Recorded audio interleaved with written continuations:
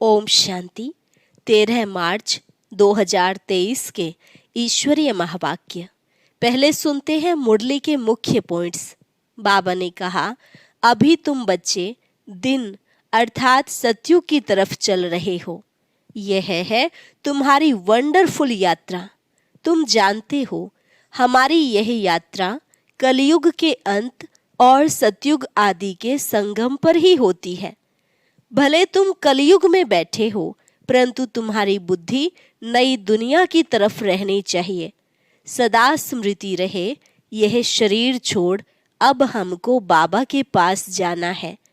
ऐसी याद में रहते रहते रात पूरी हो जाएगी और तुम बाप के पास चले जाएंगे। सिवाय स्वर्ग में जाने के तुम बच्चों को और किसी चीज की इच्छा नहीं है, क्योंकि तुम जानते हो हम स्वर्ग में जाएंगे तो सभी का कल्याण हो जाएगा। यहाँ सबकी सूरत भले मनुष्य जैसी है, परंतु सीरत बंदर की है। इन विकारों ने मनुष्य को एकदम बंदर से भी बदतर बना दिया है। ऐसी आत्माओं को बाप फिर से आकर कितना उच्च बनाते हैं, तो उन पर कितना लव रहना चाहिए। बाप कितनी भारी सर्विस करते हैं। अब तुम्हें पुरुषार्थ कर भविष्य में लक्ष्मी व नारायण को वरने का पुरुषार्थ करना है। हर एक अपनी शक्ल को देखे, क्या मैं लक्ष्मी को वरने लायक बना हूँ। और लास्ट में बाबा ने कहा, इस रावण ने मनुष्य को पत्थर बुद्धि बना दिया था। मैं ही आकर तुमको पत्थर से पारस बुद्धि बनाता हूँ। ईश्वर बगैर मनुष्य को कोई श्रेष्ठ बना नहीं सकता, तो महिमा सारी एक बाप की करनी चाहिए। और अब सुनते हैं महावाक्यों को विस्तार से। मुरली का सार। मीठे बच्चे, याद में रहते रहते यह कलयुगी रात पूरी हो जाएगी। तुम बाप के पास चले जाएंगे, फिर आएंगे दिन में। यह भी वंडरफुल यात्रा है। प्रश्न, तुम बच्चों को स्वर्ग में जाने की इच्छा क्यों है? उत्तर, क्योंकि तुम जानते हो जब हम स्वर्ग में जाएं तब बाकी सब आत्माओं का कल्याण हो, सब अपने शांतिधाम घर में जा सके। तुम्हें कोई स्वर्ग में जाने का लोभ नहीं है, लेकिन तुम स्वर्ग की स्थापना कर रहे हो, इतनी मेहनत करते हो, तो जरूर उस स्वर्ग के मालिक भी बनेंगे। बाकी तुम्हें कोई दूसरी इच्छा नहीं है। मनुष्यों को तो इच्छा रहती है हमें भगवान का साक्षात्कार हो, लेकिन वह तो तुम्हें स्वयं पढ़ा रहे हैं। गीत, रात के राही थक मत जाना, सुबह की मंजिल दूर नहीं। ओम शांति। रात के राही का अर्थ तो बच्चे नंबरवार पुरुषार्थ अनुसार जानते होंगे। अगर बच्चों का स्वदर्शन चक्र फिरता रहता है, स्मृति में रहते हैं, तो वह समझ सकेंगे कि बरोबर हम दिन अर्थात स्वर्ग के कितना नजदीक पहुँचे हैं। बच्चों को समझाया है यह बेहद का दिन और रात है। ब्रह्मा की बेहद की रात कहा जाता है। शास्त्रों में कितना अच्छा नाम लिखा हुआ है। ऐसे नहीं कहा जाएगा कि लक्ष्मी नारायण की भी रात होगी, नहीं। ब्रह्मा का दिन ब्रह्मा की रात कहा जाता है। लक्ष्मी नारायण तो वहां राज्य करते थे, फिर जरूर सृष्टि चक्र को फिरना है। लक्ष्मी नारायण का राज्य फिर सतयुग में आना है। सतयुग के बाद त्रेता, द्वापर, कलयुग जरूर आना है, तो जरूर सतयुग में फिर वही राजा होना चाहिए। यह ज्ञान सिर्फ शिव बाबा ही ब्रह्मा द्वारा तुम बच्चों को देते हैं, इसलिए तुमको ही यह सृष्टि चक्र का ज्ञान है, देवताओं को नहीं है। तुम ब्राह्मणों की बुद्धि में यह चक्र फिरता रहता है, इसलिए नाम रखा है ब्रह्मा और ब्रह्मा कुमार कुमारियों की रात। अभी तुम चल रहे हो दिन तरफ। सतयुग को दिन, कलयुग को रात कहा जाता है। तुम बच्चे जानते हो, हमारी यह यात्रा कलयुग के अंत और सतयुग आदि के संगम पर ही होती है। तुम बैठे कलयुग में हो, तुम्हारी बुद्धि वहां है। आत्मा को समझना है, हमको यह शरीर छोड़कर बाप के पास जाना है। शरीर तो अंत में छोड़ेंगे जब मंजिल पूरी होगी, अर्थात बाप योग सिखाना बंद करेंगे। पढ़ाई का अंत होगा, तब तक बाप सिखाते पढ़ाते रहते हैं। बच्चे बाप की याद में रहते हैं। ऐसे याद में रहते रहते रात पूरी हो जाएगी और तुम बाप के पास चले जाएंगे। फिर तुम आएंगे दिन में। यह है तुम्हारी वंडरफुल यात्रा। बाप दिन स्थापन करते हैं तुम ब्रह्मा कुमार कुमारियों के लिए। अब दिन अर्थात सतयुग आ रहा है। अभी तुम कलयुग रात में बैठे हो। निरंतर बाप को याद करते रहो। बाप ने समझाया है, सभी को मरना है जरूर। मनुष्य पूछते हैं कब मरना है, कब विनाश होगा। अब दिव्य दृष्टि से विनाश का साक्षात्कार किया हुआ है, फिर इन आंखों से देखना जरूर है। और स्थापना जिसका साक्षात्कार करते हैं, वह भी इन आंखों से देखना है।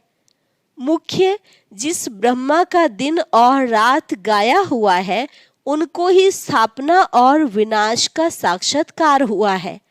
तो जो दिव्य दृष्टि से देखा है, वह प्रैक्टिकल जरूर होगा। भक्ति मार्ग में जो कुछ साक्षात्कार होता है, वह दिव्य दृष्टि से देखते हैं। तुम भी दिव्य दृष्टि से देखते हो।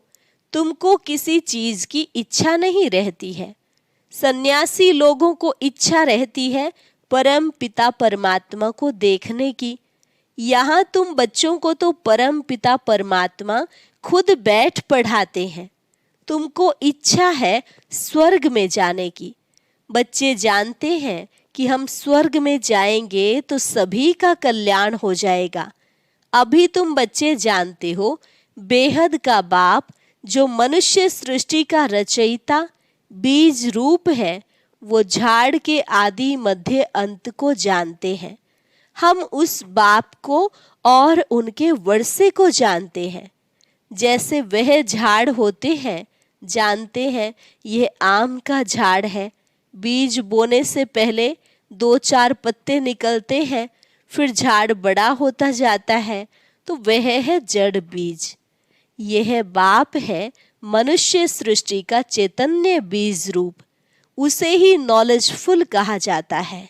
बच्चे जानते हैं यह पाठशाला है जिसमें यह विद्या पढ़ाई मिल रही है और तुम योग भी सीख रहे हो। इस विद्या से तुम भविष्य प्रिंस प्रिंसेस बनते हो। आत्मा पवित्र जरूर चाहिए। अभी तो सब अपवित्र है, परंतु कोई को पतित कहो तो मानेंगे नहीं। कहते हैं कृष्णपुरी में भी 1-2 को दुख देने वाले कंस जरासंधी आदि थे। 1-2 को सुख देने वाले को पावन कहा जाता है। स्वर्ग में कोई दुख देता नहीं। वहां तो शेर बकरी इकट्ठे जल पीते हैं, किसको दुख नहीं देते। परंतु यह बातें कोई समझते थोड़े ही हैं। जो शास्त्र पढ़े हैं वही बातें बुद्धि में आ जाती है। देवताओं के पुजारी अपने को खुद ही चमाट मारते हैं। हिंदुओं ने आपे ही अपने को चमाट मारी है। अपने देवताओं की बैठ निंदा की है। क्राइस्ट बुद्ध आदि की कितनी महिमा करते हैं, देवताओं की बैठ निंदा करते हैं। यह धर्म की ग्लानि हुई ना। गीता में भी कहते हैं, यदा यदा ही धर्मस्य ग्लानिर्भवति भारत।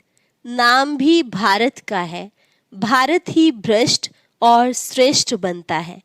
श्रेष्ठ थे लक्ष्मी नारायण, भ्रष्ट मनुष्य श्रेष्ठ को माथा टेकते हैं।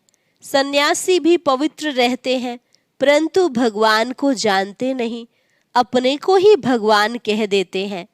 बाकी दूसरे जो भी गुरु आदि हैं, पतित हैं, विकार में भी जाते हैं।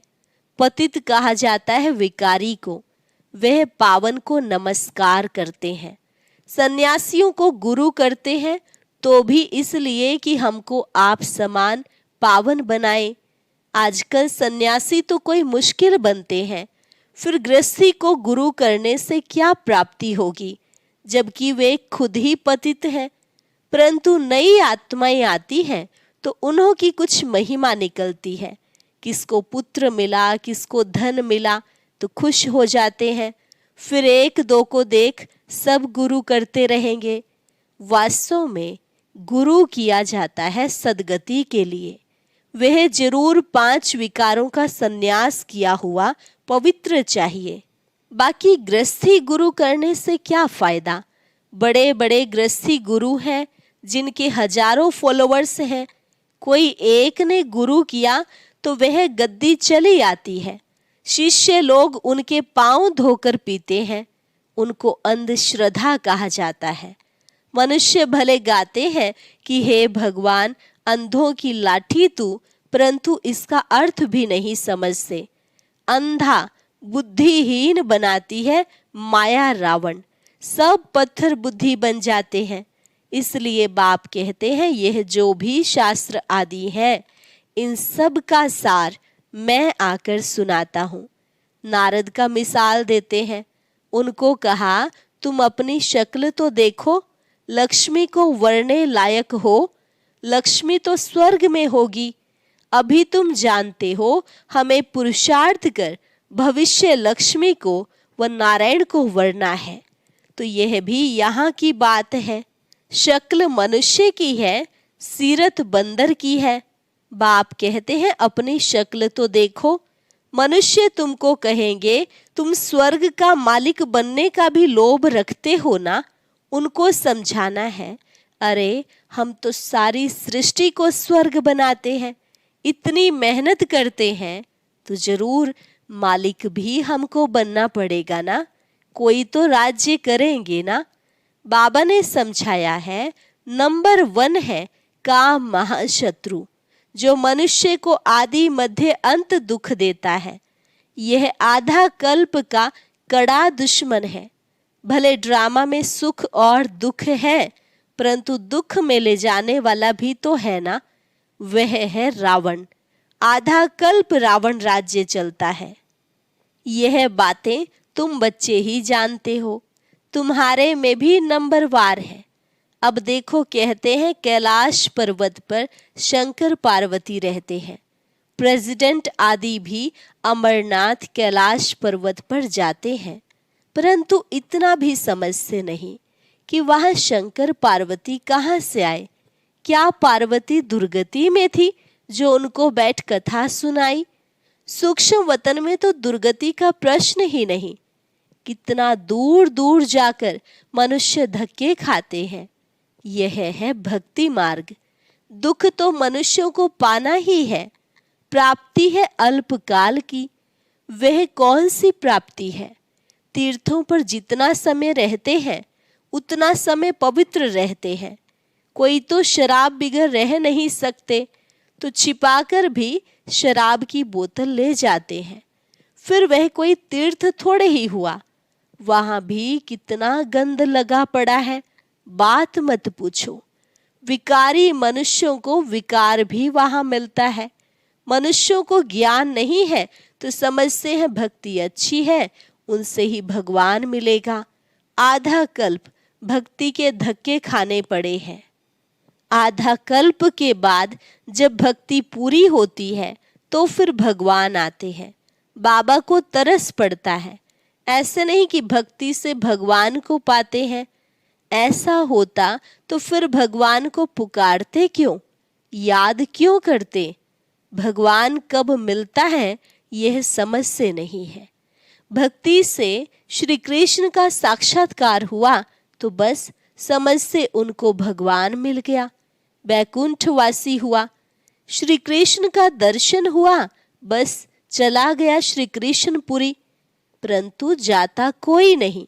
तो भक्ति मार्ग में अंधश्रद्धा बहुत है। तुम बच्चे अभी समझ गए हो।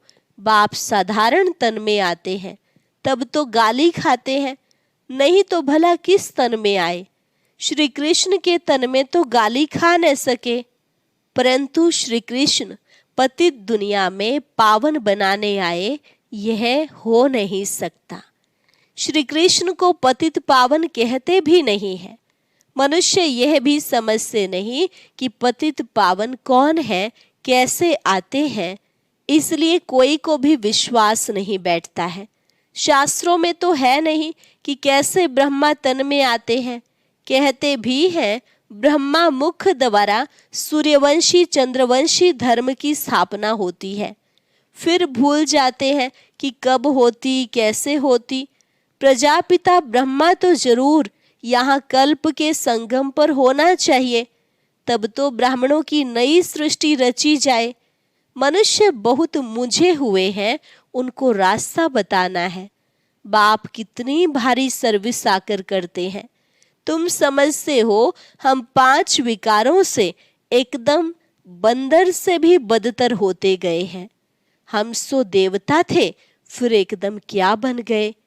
ऐसों को फिर बाप कितना उच्च आकर बनाते हैं, तो बाप को कितना लव करना चाहिए।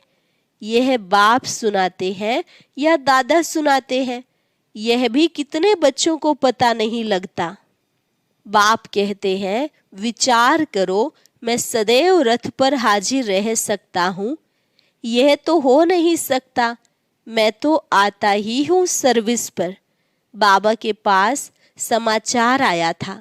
कोई ने पूछा क्या मनुष्य किसको सुख दे सकते हैं, यह मनुष्य के हाथ में है।